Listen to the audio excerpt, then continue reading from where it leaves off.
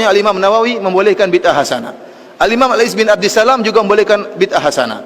Al-Imam Syafi'i juga membolehkan bid'ah hasanah. Tetapi bid'ah hasanah yang dimaksud oleh mereka para imam bukan yang dimaksud oleh masyarakat umum. Yang dimaksud dengan bid'ah hasanah oleh mereka adalah sarana-sarana. Contohnya apa? Makanya saya akan bacakan di sini perkataan Al-Iz bin Abdissalam tentang yang dimaksud oleh bid'ah hasanah oleh beliau. Al-Iz bin Abdissalam ini ulama besar mazhab Syafi'iyah yang dinukil perkataannya oleh Imam Nawawi sehingga mengatakan bahwasanya bid'ah terbagi menjadi 5. Dia mengatakan bid'ah terbagi menjadi 5. Dan sebelum saya membacakan perkataan beliau, saya ingin jelaskan. Yang dimaksud dengan bid'ah hasanah oleh para ulama Syafi'iyah adalah hal-hal yang berkaitan dengan sarana, bukan ritual. Contohnya mereka mengatakan di antara bid'ah hasanah, bid'ah yang wajib atau bid'ah yang mustahab. Contohnya bikin jembatan. Contohnya bikin pondok. Bikin pondok ada enggak di zaman Nabi? Pondok ada enggak di zaman Nabi? Enggak ada. Di zaman Nabi orang belajar di masjid, enggak ada pondok.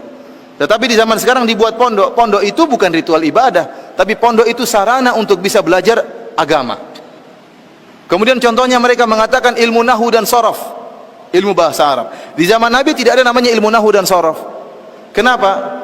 Karena para sahabat semuanya bisa bahasa Arab. Yang butuh dengan ilmu nahwu dan sorof adalah kita-kita ini yang bahlul tidak tahu bahasa Arab. Makanya harus belajar ilmu nahwu dan sorof.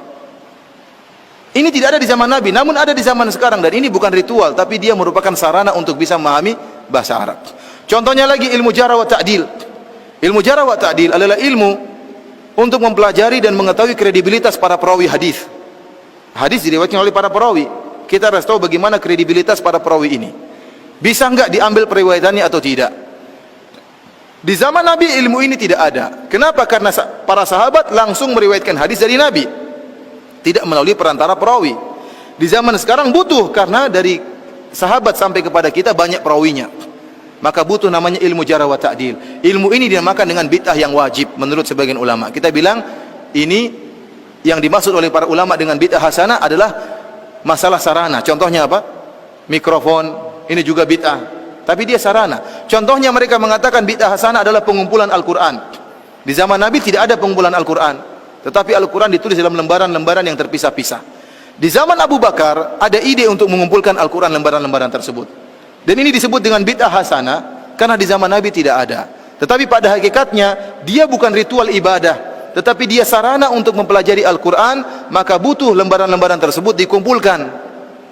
Karena yang disebut dengan bid'ah hasanah oleh sebagian ulama adalah masalah sarana-sarana, bukan ritual. Kalau ritual seperti tadi, solat raghaib, solat malam nisfu Sya'ban, tambahan wa barakatuh, mengangkat jenazah sambil berzikir, ini diingkari oleh Imam Nawawi, disebut dengan bid'ah yang mungkar.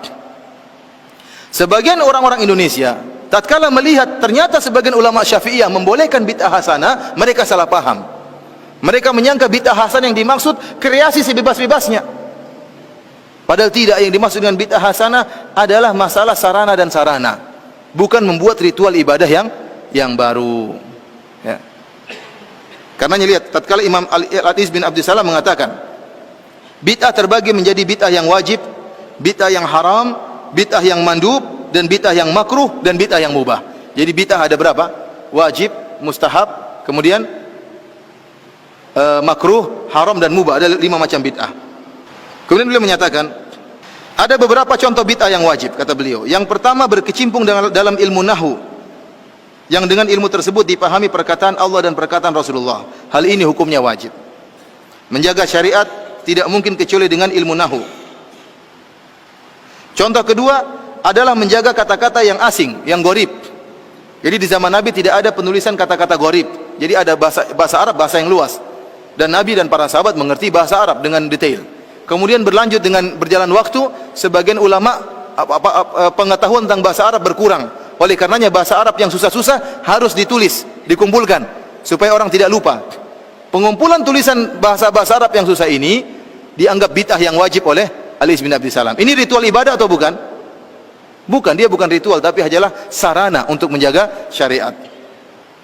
Contoh ketiga, bid'ah yang wajib adalah penulisan usul fikih. Usul fikih juga tidak ada di zaman Nabi, tetapi dia bukan ritual ibadah. Ilmu usul fikih adalah ilmu untuk mempelajari penunjukan bahasa-bahasa Arab. Di zaman Nabi tidak perlu, karena para sahabat sudah ngerti bahasa Arab dan penunjukan bahasa Arab tersebut. Ini ilmu bukan ritual ibadah, bukan suatu ritual, tetapi sarana untuk bisa mempelajari agama. Dia sebutkan juga di antara contoh bid'ah yang mustahab, di antaranya pembuatan ar-rabat dan sekolah-sekolah, buat pondok, sekolah-sekolah, ini bid'ah hasanah. Bid'ah yang mustahab.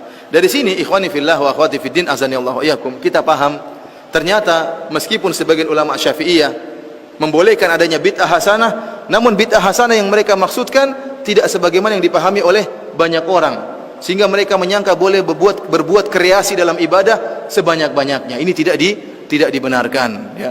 Yang dimaksud bid'ah hasanah oleh mereka hanyalah, ya, perkara-perkara yang berkaitan dengan sarana dan bukan ritual ibadah. Karena kalau kita membuka bab ini, setiap orang boleh bikin ritual agama, maka akan banyak kelompok-kelompok yang aneh-aneh. Akan banyak kelompok yang aneh-aneh. Ada yang berzikir dengan menggerakkan kepalanya, la ilaha illallah, ya, seperti itu apa? Illallahnya harus begini. Kenapa begitu? Enak saya rasakan. Kenapa kalau saya illallah sebelah kiri enak atau tidak, ya? Orang juga, ya. Oleh karena saya katakan bid'ah hasanah semuanya relatif, tidak ada yang absolut. Beda dengan syariat. Kalau syariat Islam, solat berjamaah semua sepakat itu baik, bersedekah semuanya sepakat itu baik, solat malam semuanya sepakat itu baik. Tetapi bid'ah hasanah pasti ada khilaf. Contohnya seperti kalau bid'ah hasanah, kenapa dikatakan relatif? Karena dia baik menurut sebagian orang, menurut kreator bid'ah tersebut baik, tapi menurut yang lain tidak baik. Contohnya orang-orang Syiah tatkala berbuat bid'ah memukul-mukul tubuh mereka tatkala 10 Muharram hari Asyura. Kita bilang itu perbuatan buruk, tapi kata mereka orang Syiah ini baik. Dengan saya memukulkan diri saya, mengeluarkan darah, saya ingat bagaimana perjuangan Hussein, menambah iman saya. Nah, sekarang repot, kita mau larang bagaimana? Kita bilang nggak baik, menurut dia baik. Dan kita punya kaidah sama-sama boleh bikin kreasi. Kalau kita punya kaidah boleh berbuat kreasi sebebas-bebasnya, maka kita tidak akan bisa mengingkari siapapun dalam berbuat bid'ah. Kalau tadi ada yang bilang la ilaha illallah gini, kita bilang kenapa kamu zikirnya kayak gitu? Kan susah kalau di kamar bisa kejedut kepalanya. Dia bilang ini enak kalau saya, illallahnya enak digoyangkan. Berarti kalau saya illallah belok kiri boleh enggak? Kalau ke belakang illallah enak enggak, ya? Seperti itu, ya. Akhirnya orang bebas saja mau berzikir. Mau bikin zikir apapun, bikin ibadah apapun enak. Oleh karena kita bilang suatu yang hasanah bid'ah itu pasti relatif. Namun anehnya masing-masing merasa itu yang baik dan memburukan yang lainnya. Sekarang ada banyak 5 pelaku bid'ah misalnya. Ada thariqah misalnya, thariqah Rifaiyah, ada thariqah Tijaniyah, ada thariqah Naqsyabandiyah. Masing-masing punya bid'ah khusus. Masing-masing punya bid'ah khusus. Masing-masing punya salawat khusus. Masing-masing punya cara ibadah khusus. Yang satu menganggap dia yang terbaik, yang lain kurang baik, yang lain juga demikian. Masing-masing merasa terbaik. Itulah akibat dari bid'ah. Padahal ikhwani fillah azanillahu wa iyyakum, kalau boleh bebas berbuat bid'ah, boleh berkreasi dalam ibadah, maka saya punya ide untuk berkreasi. Ide saya untuk berkreasi, saya punya ide yang sangat indah. Saya akan katakan kepada mereka, para pencetus bid'ah, saya punya ingin bikin bid'ah. Bid'ah saya adalah tidak boleh beribadah kecuali dengan pemahaman para sahabat. Dengan cara seperti ini umat Islam akan bersatu. Oh, mereka bilang oh nggak boleh kalau itu. Ya, berarti saya punya bid'ah, kamu nggak nolak. Ya, kalau gitu saya juga boleh nolak bid'ah kamu. Karena ikhwan, bid'ah tidak ada yang absolut, semuanya relatif.